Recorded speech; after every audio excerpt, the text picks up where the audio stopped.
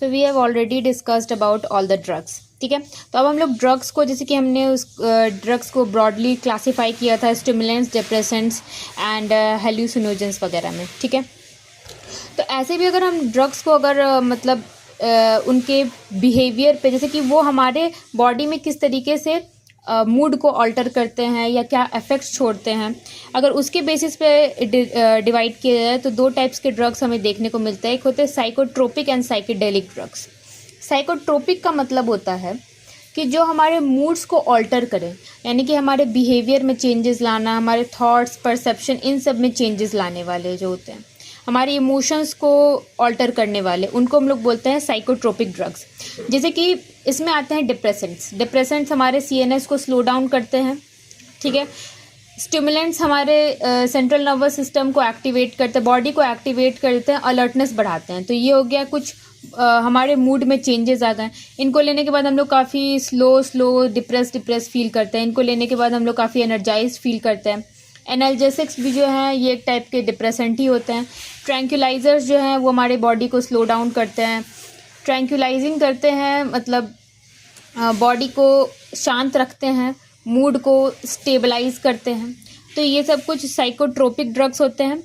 और इसमें टोबैको भी आता है। टोबैको भी एक टाइप का स्टिमुलेंट ही होता है। ठीक है, अब होते हैं साइकेडेलिक ड्रग जो हेलुसिनेशंस वगैरह करते हैं, जैसे कि हेल्यूसिनोजेंस वगैरह, कैनिबिनॉइड्स हो गया एंड दतूरा हो गया, एट्रोपा बेलाडोना हो गया।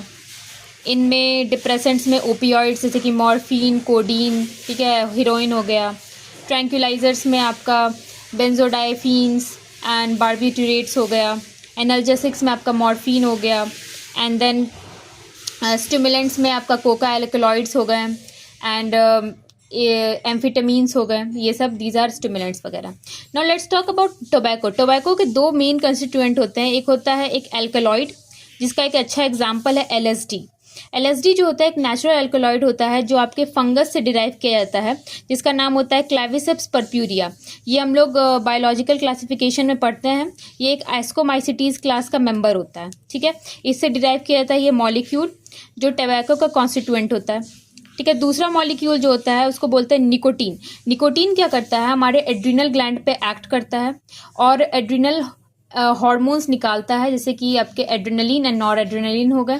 ये ब्लड में निकलते हैं तो लिवर पे एक्ट करते हैं, ग्लाइकोजन को ग्लूकोज में कन्वर्ट करते हैं, ग्लूकोज का लेवल बढ़ा देते हैं।